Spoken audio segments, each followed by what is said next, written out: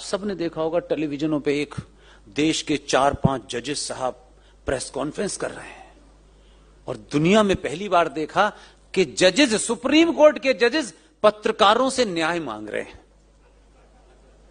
ये कहीं सुना आपने आज तक? आपको याद है ना वो सीन, सुप्रीम कोर्ट के प्रांगण में चीफ जस्टिस से लेकर के लोग उस पर अपनी बात रख रहे हैं, अपनी बात बताई जा रही है। वो प्रेस कॉन्फ्रेंस हो गई है, बात खत्म हो गई, आई गई हो गई, लोग भूल गए और वो ये जानता है कि लोग भूल चुके होंगे तभी काम शुरू करता है वो। उसने शाम में अनाउंस किया दिल्ली में, और क्योंकि हम मीडिया में लंबे समय तक रहे तो इतना तो हमको समझ में आता है कि कोई क्यों ये बात कहता है और क्यों नहीं कहता। यही एक्सपीरियंस का फायदा होता है। अनाउंसमेंट हुआ कि भारत के प्रधानमंत्री सुप्रीम कोर्ट का दौरा करना चाहते हैं।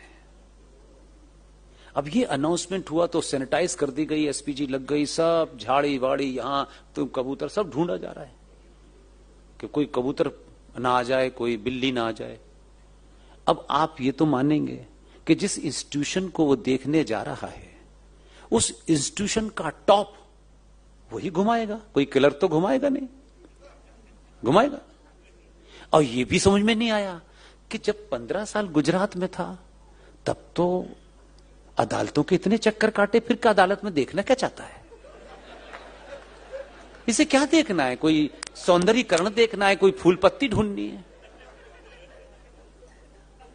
तो वो जो छोटे वाले थे ना, छोटे से साइज के चीफ जस्टिस, उनको भी लगा कि आज पूरा घुमा ही दूंगा मैं इसको, इधर जा इधर जा इधर जा इधर जा।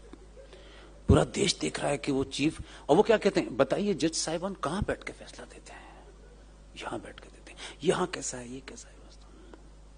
जब सब कुछ हो गया, उसके कदम तेज तेज थे और वो छोटे थे कदम, उनके कदम छोटे छोटे थे हो गए, तो उनसे बोले, एक पर्चा निकाला, ये देखा है आपने?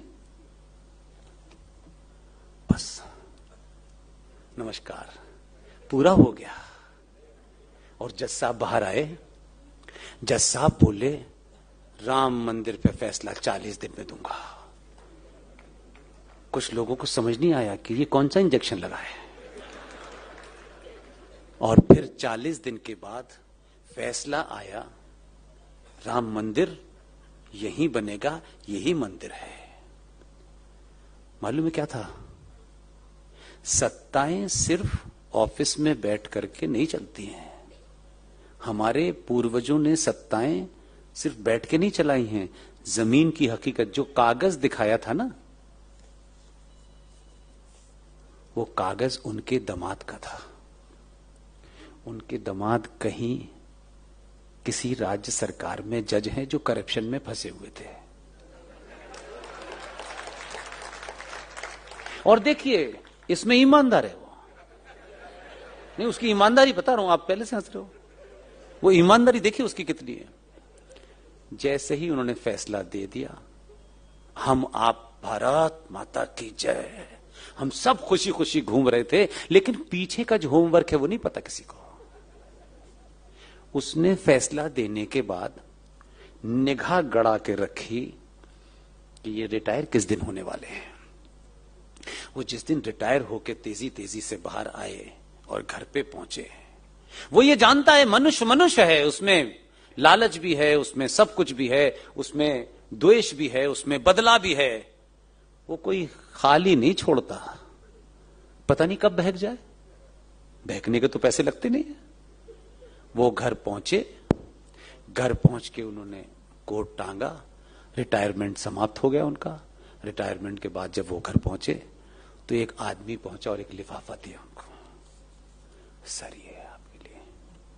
जब लिफाफा खोल के देखा तो लिफाफे पे लिखा हुआ था, भारत सरकार ने देश के राष्ट्रपति से ये आपका नाम प्रपोज किया है कि इस देश में जो 12 गणमान्य नागरिकों को राष्ट्रपति राज्यसभा में भेजते हैं, उसमें आपका नाम भी नामित किया गया है। अब 6 साल तक मुंह बंद रहेगा। राम मंदिर का फैसला आ गया। आप समझ रहे हैं? इसलिए मैंने कहा कि भाई, जो दिखता है उसके पीछे भी कुछ होता है। मैं इसलिए साथ खड़ा हूं, मुझ पे आरोप लगाओ, मुझे कोई फर्क नहीं पड़ता, मैं इसको बोलूं। मैं ऐसे योद्धाओं को बार बार चुनूंगा, 1000 बार चुनूंगा और चुनता रहूंगा। मुझे उसने क्या किया है, न मुझे आलू में इंटरेस्ट है, न प्याज में इंटरेस्ट है। ये जीवन है, जीवन में कभी प्याज कम होगी, सस्ती होगी, लेकिन हमारी सभ्यता जिसके नाम लेने से आपको दुनिया में यह गर्व हो कि हमसा न कोई था न हो सकता है, अगर उसकी स्थापना में अगर राजा ने कुछ ऊपर नीचे भी किया है तो भी सही है।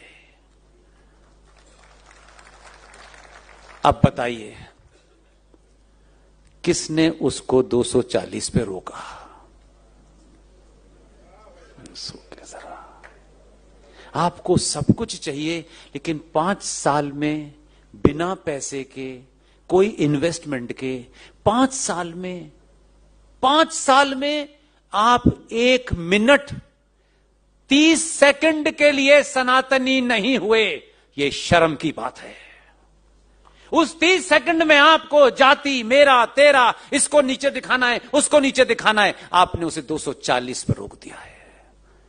किससे बदला ले रहे हो? किसको स्थापित करना चाहते हो? किसको मैसेज दे रहे हो? अपने छोटे माना कि महंगाई होगी, माना कि बहुत सारे काम नहीं होंगे, लेकिन जो काम इस वक्त हो सकते हैं वो बाद में नहीं होंगे। 1 मिनट की, 10 सेकंड की गलती में उस वक्त ही आपको दुनिया के सारे फैसले करने थे। सबक सिखाना है, फलाना है, ढिमाका है। मैं फिर कह रहा हूं, शांति बनाए रखिए। 272 जिस दिन हो जाएंगे उस दिन वक्फ बोर्ड 24 घंटे में हट जाएगा।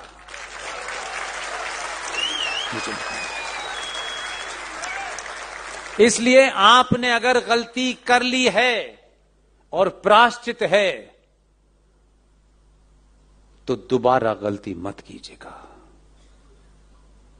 एक छोटी सी गलती हजारों साल तक कितना बड़ा नुकसान करती है, यह हमने हमेशा देखा कि जब जब डिसाइसिव बात हमको करनी थी उसी वक्त हमने इतने सारे सवाल खड़े कर दिए हैं।